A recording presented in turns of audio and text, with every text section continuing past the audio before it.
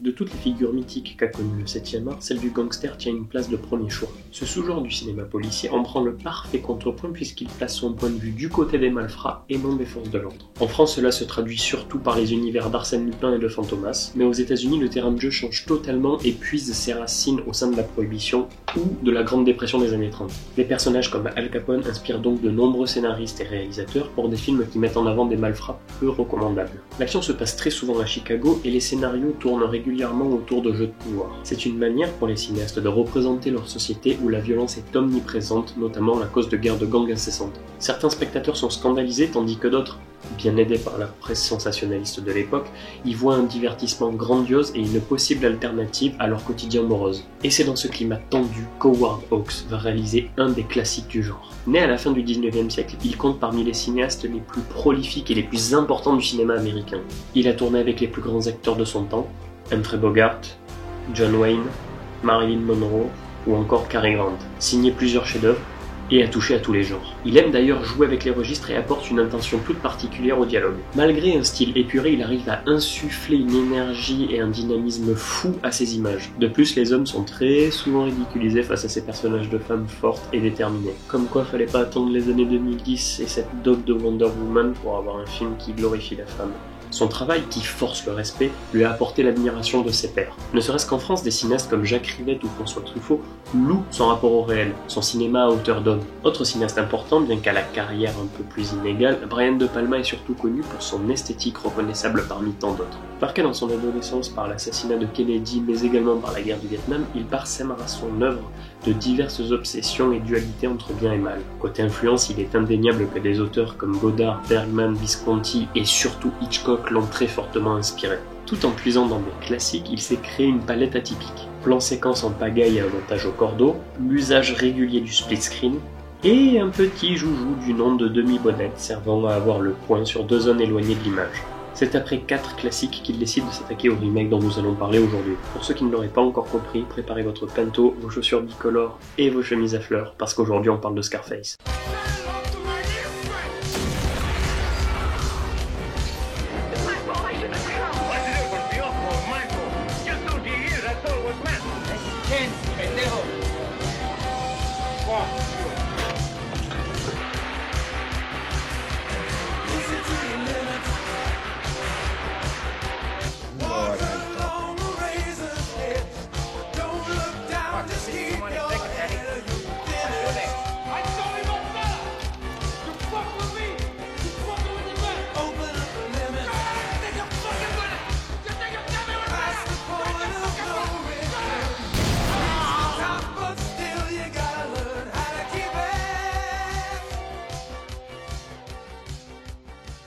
La version de 1932 et de 1983 diffèrent dans un premier temps par leur contexte. L'original prend comme toile de fond la Prohibition, période à laquelle toute consommation ou commercialisation d'alcool était interdite aux États-Unis. Malheureusement, au lieu de diminuer la consommation d'alcool, cela va favoriser les bars clandestins, le marché noir et surtout les gangsters dont le plus connu reste Al Capone.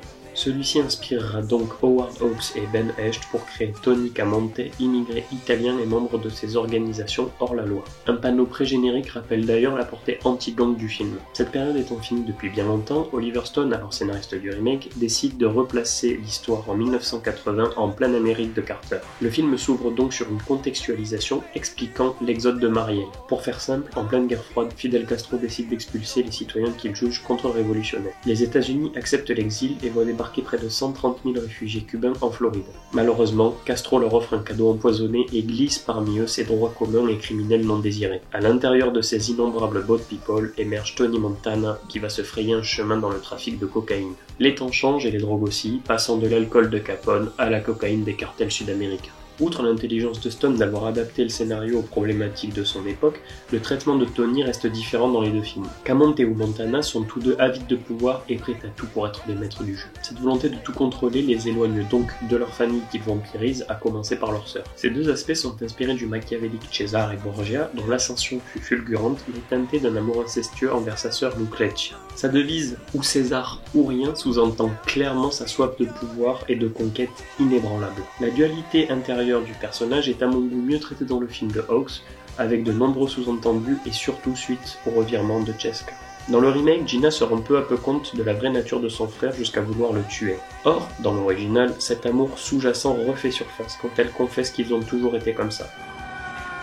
It's because you're me. And I'm you. No, it's been that way. Cela offre donc un final digne d'une tragédie grecque où frère et sœur se transforment en Bonnie and Clyde avant de périr ensemble. Même si De Palma ne développe pas assez cette thématique, il en développe une autre tout aussi intéressante. La condition de la femme dans ce monde rempli d'hommes et surtout le rapport qu'entretient Tony envers Elvira. Dès son apparition, celle-ci semble enfermée dans une cage dorée, assujettie à son mari et désirée par Montana, comme une marchandise. Il lui dira d'ailleurs par la suite « Tu es une tigresse, je dois te posséder ». Avant de la soumettre comme un gros macho de base. Tony fait absolument tout pour l'avoir et une certaine complicité touchante s'installe. Cependant, une fois la marchandise acquise, il veut la maîtriser comme le tigre enchaîné dans la cour de sa propriété. Elvira pourrait passer pour une femme vénale, oisive, fade, mais tout ceci est lié à son ennui profond, au mépris qu'ont les hommes qui la désirent sans profondément s'occuper d'elle. Ce désarroi la plonge donc dans une dépression dont les seuls échappatoires sont la cocaïne et l'alcool. La plus grande divergence repose surtout sur les valeurs de nos deux anti-héros au jeu d'acteurs antipodiques. Ne nous le cachons pas, nous avons affaire à deux raclures, mais ils ont un code bien à eux. Tony Camonte reste dans la sève des gangsters d'antan et mitraille sans concession barbiers, restaurants et autres enseignes. Qu'importe les dommages collatéraux tant que le travail est fait. Montana, quant à lui, respecte une certaine ligne de conduite. Il exécute tous ses adversaires en leur faisant face et refuse fermement de tuer femmes et enfants. Ceci, couplé à Al Pacino en roue libre totale, rend son personnage touchant à la limite du tragicomique. Certains peuvent ne pas aimer sa performance outrancière au profit d'une certaine réserve chez Paul Muni. Pour ma part, je trouve les deux acteurs excellents dans leur registre qui collent à merveille avec leur rapport au rêve américain. Parce que le fond de cette histoire, sa substantifique moelle, c'est l'American Dream. Cette utopie très chère aux États-Unis veut qu'un individu puisse se faire seul et gravir les échelons dans sa vie professionnelle. Cela se rapproche bien évidemment du mythe du colon qui a exploré les contrées hostiles et arides du nouveau continent pour y construire des villes puis des États. Bon nombre d'immigrés auront par la suite ce rêve en tête, voyant les USA comme le pays où n'importe qui peut réussir avec une volonté de faire et une niaque imperturbable. Le panneau The World is Yours revient donc à maintes reprises et souligne un monde entier à conquérir. Dans l'original, cet écriteau est situé en face de la maison de Tony, signifiant alors un objectif obsessionnel, constant et visible à tout moment de la journée. En revanche, le remake opte pour un rêve inatteignable via un zeppelin sillonnant le ciel. Il s'agit d'une réelle plus-value par rapport au film de Hawks, puisque De Palma insiste sur cette illusion destructrice. Et nous pouvons déjà le voir dans une scène à l'ironie savoureuse. Un décor paradisiaque est visible à l'écran avant qu'un travelling arrière dévoile la réalité. Il s'agit d'un panneau publicitaire surplombant le paradis où travaille Tony. Son rêve n'est donc pas palpable et reste dans le paraître et les signes extérieurs de richesse. La forte charge anticommuniste du film conforte le personnage dans son souhait d'échapper à la misère cubaine, idéalisant alors une imagerie illusoire. Et c'est là que réside tout le tragique de son parcours. Réel récit de Rise and Fall, Scarface parvient avec talent à retranscrire une descente aux enfers progressive. Notre malfrat se coupe peu à peu de son entourage et s'enferme peu à peu dans une solitude pathétique. J'en prends par exemple deux scènes à la puissance évocatrice déchirante. Dans cet extrait, nous voyons Al Pacino délaissé par son meilleur ami et sa femme. La caméra recule pour l'isoler dans une plongée quasi zénithale. Il est désormais bien seul, au milieu de son opulence extravagante. Le summum de cette détresse s'opère dans la fameuse séquence du resto où une scène de ménage dégénère. Le cadre laisse le personnage à distance et tournoie autour de lui, comme pour l'enfermer dans sa détresse dont il prend conscience mais qui s'avère irrémédiable. You need people like me so you can point your fucking fingers and say that's the bad guy. So, what'll I make you? Good?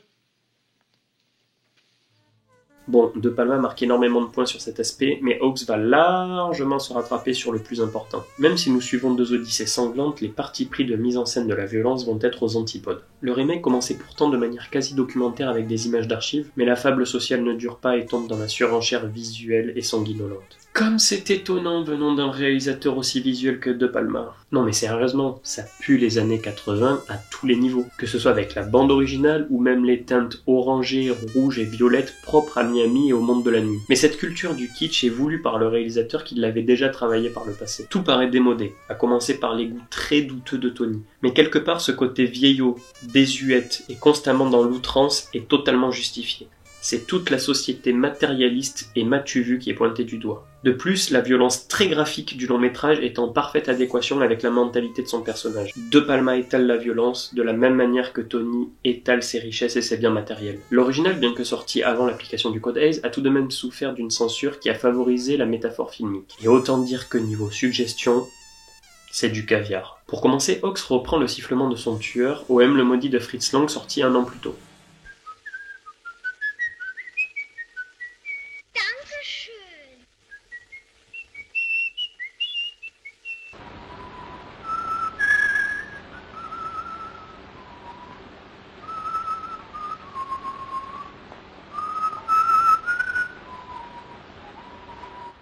Ce procédé pourtant simple produit une ironie dramatique chez le spectateur. Ce dernier sait à l'avance qu'un meurtre va avoir lieu à la simple écoute de ses notes sifflotées. De même, le réalisateur dispose des croix dans son décor avant chaque exécution. Outre l'aspect suppresseur et funéraire que cela convoque, nous pouvons également y voir la signature de Tony Camonte, car si l'on observe bien sa cicatrice, elle forme elle aussi une petite croix.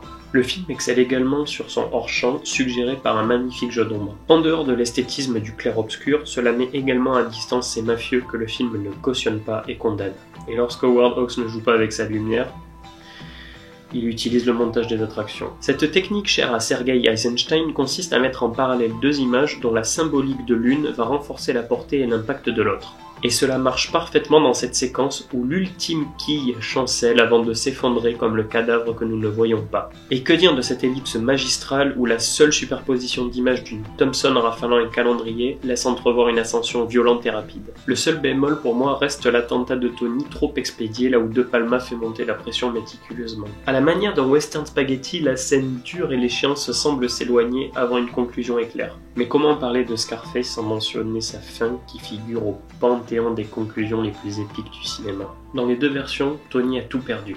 Sa femme, son meilleur ami, sa sœur et son pouvoir éphémère. L'original continue dans la métaphore et suggère via ce plan tout un empire qui part en fumée pour emmener son héros déchu dans les flammes de l'enfer. Tony semble accepter sa défaite et descend lui-même de son piédestal, feinte une reddition avant de se faire abattre comme un chien par la police.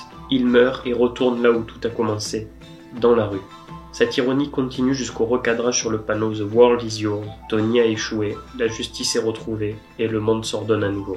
La fin alternative commandée par le comité de censure force encore plus le trait sur la justice efficace qui juge et condamne à mort Camonte. Trop lisse, elle perd malheureusement en puissance et en ironie. Quant à la vision de Palma, oubliez le minimalisme et faites place à du bourrinage. Alors certes, on est très loin de la sobriété de l'original, mais bon sang que c'est jouissif. La scène est tellement généreuse qu'on lui pardonne tous ses excès. Ici, Tony est en haut de sa tour d'ivoire et repousse tous les assaillants qui tentent de prendre sa place. On frôle par instant le grand guignolesque, mais plusieurs aspects élèvent le tout. En effet, si Montana se retrouve assailli de toutes parts, c'est avant tout par sa faute. À vouloir tout contrôler, il s'est enfermé dans une spirale autodestructrice qui s'illustre parfaitement ici. Par conséquent, il n'hésite pas à détruire sa villa, alors symbole de son ascension, pour éviter une chute d'autant plus brutale.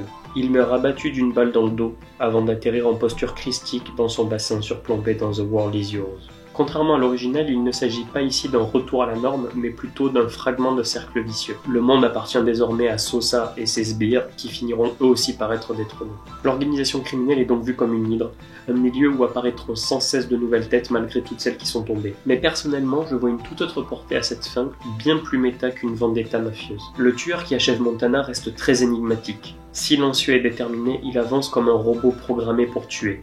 Non sans rappeler le Terminator de James Cameron. Pour les amateurs de cinéma bis italien, rappelez-vous l'introduction de La Baie sanglante de Mario Bava. Dans cette dernière, le maître italien tuait le giallo et sa mise en scène baroque très esthétique, pour annoncer avec 5 ans d'avance le slasher froid et bourrin. Dans Scarface, De Palma déconstruit puis tue le mythe du gangster, afin de créer des machines à tuer. Par ce procédé, il anticipe en quelque sorte la vague d'actionneurs que va connaître le cinéma mondial.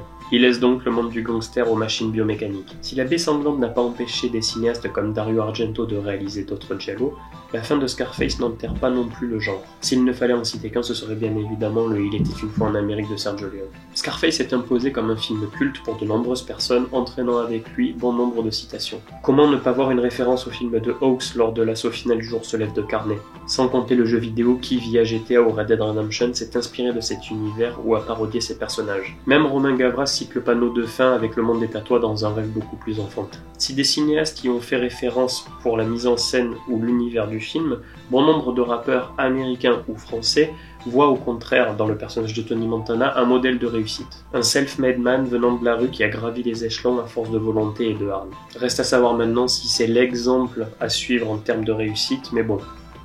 Passons au verdict. Original ou remake? Je vous le dis de suite, ni l'un ni l'autre. Pour moi, ces deux versions de Scarface sont les exemples typiques de deux réalisateurs qui interprètent un mythe pour mieux le déconstruire. Howard Hawks et Brian De Palma se sont servis avec brio et une certaine maestria des problématiques de leur époque, et ils les ont transposées dans un parcours tout aussi violent que leur société. Les deux versions ont leurs qualités et leurs défauts, mais c'est la raison pour laquelle elles se complètent. Les gens ont trop souvent dédaigné le remake en y voyant une farce outrancière et démodée. Certes, De Palma ne dépasse pas Hawks, mais je pense qu'il est temps de réhabiliter sa vision afin de former un magnifique diptyque sur la folie de l'homme et sa soif de pouvoir. En espérant que ça vous ait plu, vive le cinéma, ciao!